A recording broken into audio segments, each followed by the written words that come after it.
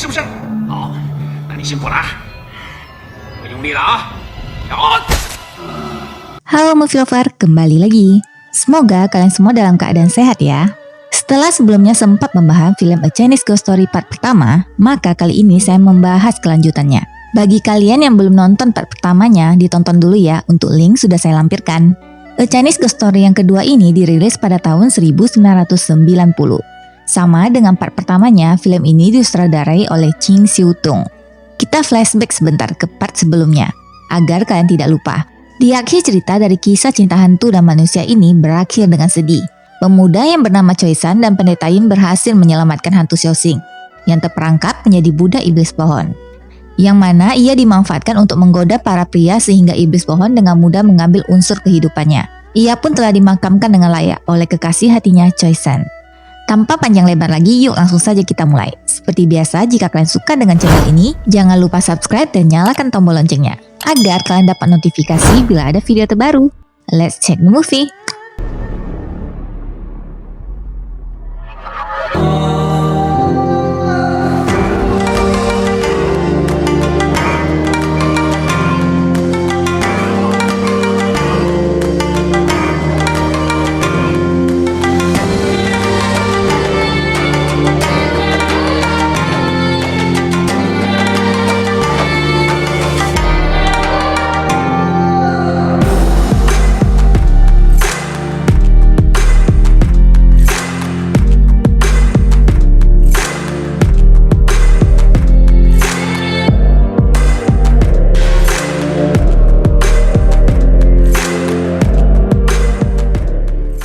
Kisah dimulai setelah kepergian Xiaoxing, Choi San dan Pendekar Yin pun berpisah untuk menjalankan kehidupan masing-masing. Walaupun begitu, Choi San yang masih berprofesi sebagai pedagih hutang belum bisa melupakan cintanya yang hilang, yaitu hantu cantik Xiaoxing. Suatu ketika ia tiba kembali ke sebuah desa yang pernah ia hampiri dulu. Namun kini desa tersebut terlihat seperti kota mati. Ia pun tiba di sebuah restoran di mana terdapat banyak sekali bandit. Choi San pun disajikan makanan yang mana ternyata adalah daging manusia. Mereka pun berniat untuk merampoknya.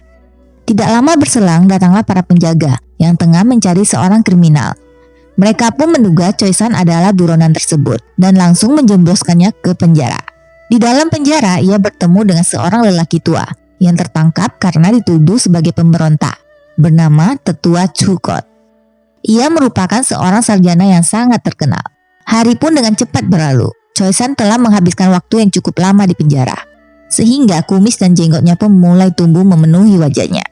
Suatu ketika penjaga memberikannya semangkuk makanan yang penuh dengan lauk pauk.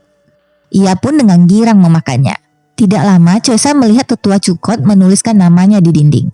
Ia pun menjelaskan, semua nama yang ia tulis di dinding ini telah memakan paha ayam. Namun setelahnya mereka akan memenggal kepalanya. Tentunya hal itu membuat Choi San sangat syok. Mengetahui usianya yang tidak panjang lagi, Choi San pun memberikan harta bendanya kepada pria tua ini. Tetua Chu yang melihat Choi San adalah pria yang baik, ia pun membantunya untuk bebas dan memberikannya beberapa benda penting miliknya. Dan akhirnya Choi San berhasil keluar dengan selamat. Di saat itu ia melihat seekor kuda yang ia kira itu disiapkan oleh Tetua Chu. Dengan cepat ia pun menunggangi kuda itu. Namun ternyata kuda tersebut ada pemiliknya, yaitu milik seorang perkumpulan Kunlun bernama Chi Chao yang tengah buang air besar. Ia yang memiliki kungfu yang cukup hebat berusaha mengejar Choi San. Setelah perjalanan cukup lama, tibalah Choi San di sebuah villa yang tidak berpenghuni untuk berteduh. Tampak di dalam villa itu terdapat banyak sekali peti mati. Tidak lama berselang, Chi Chao pun muncul.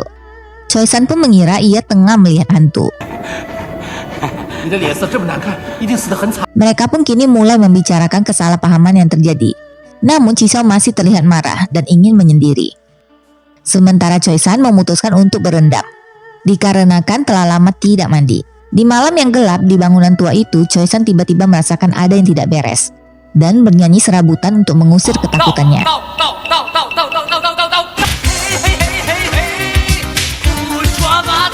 Chi Chao yang merasa terganggu menutup kupingnya dengan kertas mantra. Namun semua yang dilakukannya tidak dapat mengusir ketakutannya. Ia pun berlari keluar. Dan benar saja ada sekelompok hantu yang menghampirinya. Beruntung Cichao pun datang membantu. Dengan ilmu yang ia miliki, ia pun melawan para hantu itu. Pada saat Choi San tengah bersembunyi, ia diserang oleh salah satu dari kelompok itu. Dan ternyata mereka adalah manusia. Ketika mereka akan terjatuh, ada seorang wanita datang membantu. Dan wanita itu terlihat seperti hantu Xiaoxing.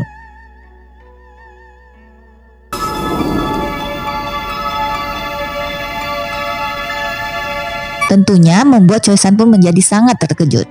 Sementara Cichao berhasil mengalahkan yang lainnya dengan jurus kukunya.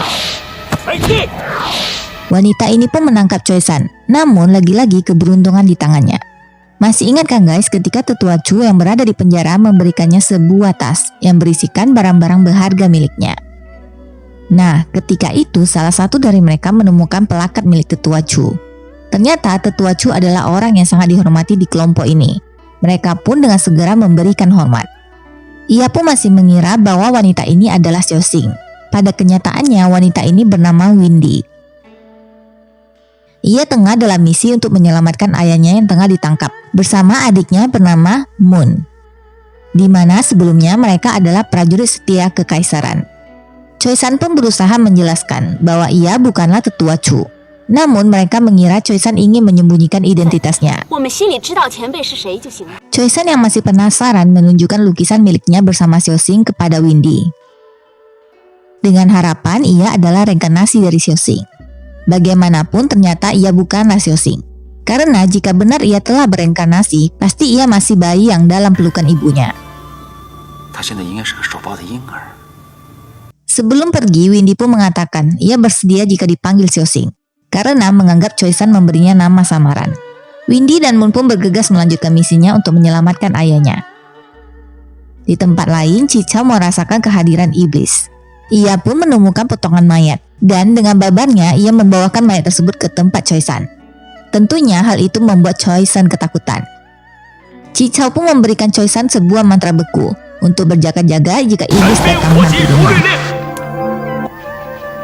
Dan tanpa sengaja ia malah membuat Cichao menjadi beku. Ia yang tengah kebingungan tidak tahu cara membatalkan mantra tersebut malah didatangi oleh iblis raksasa. Cichao berusaha memberitahu dan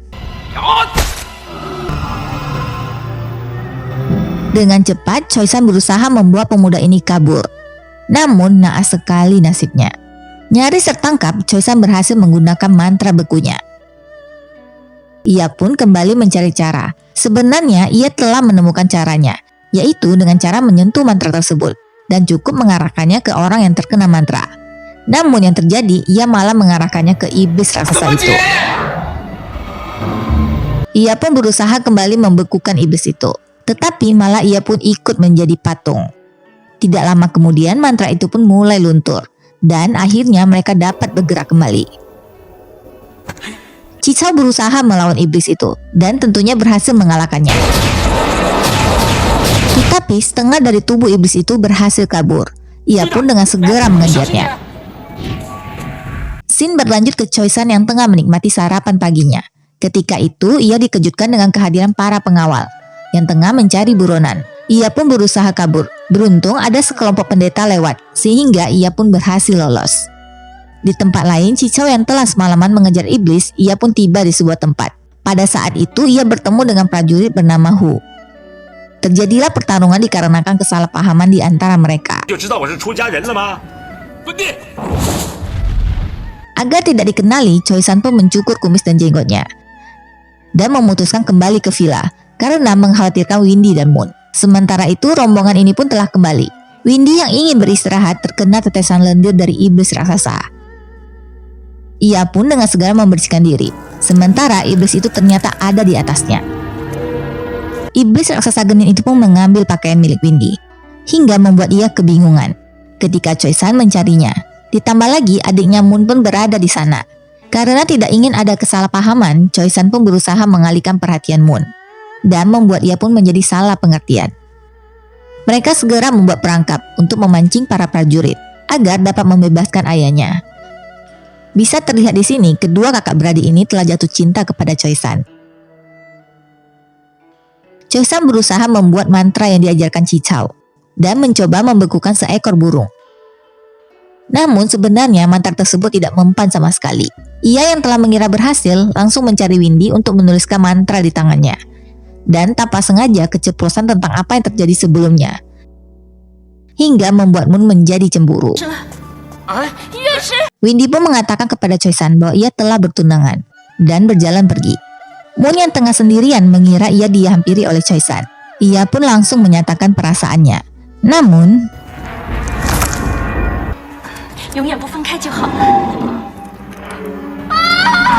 semua menjadi heboh dengan kemunculan iblis ini. Mereka pun menggunakan mantra yang diberikan Choi-san. Dan sudah tertebak bukan? Gak ngefek sama sekali.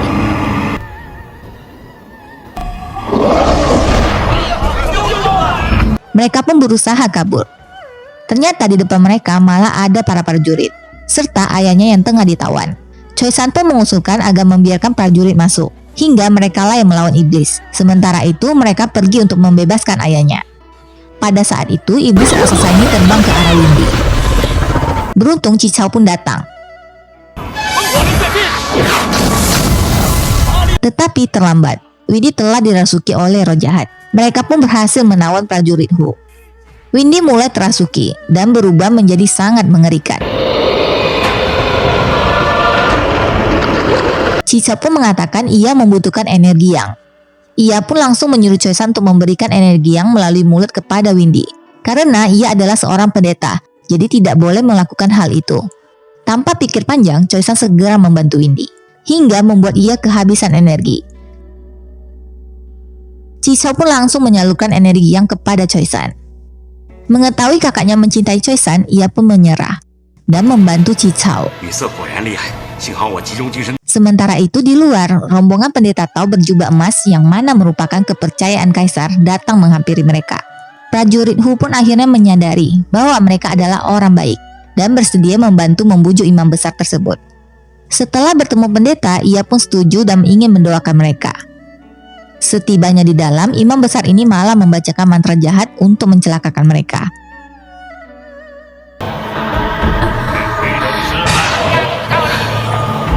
Beruntung Chichao segera mengetahui bahwa ia bukanlah imam besar, melainkan iblis. Chichao berusaha melawan, dan tiba-tiba imam besar ini berubah wujud menjadi patung Buddha. Karena tidak dapat melawannya, Chichao pun berusaha membukakan jalan agar mereka dapat kabur. Namun yang berhasil kabur hanyalah Choi-san dan Windy. Choi-san yang masih belum pulih dibawa Windy ke sebuah penginapan. Ketika sadar, ia mengira Windy adalah Xiaoxing.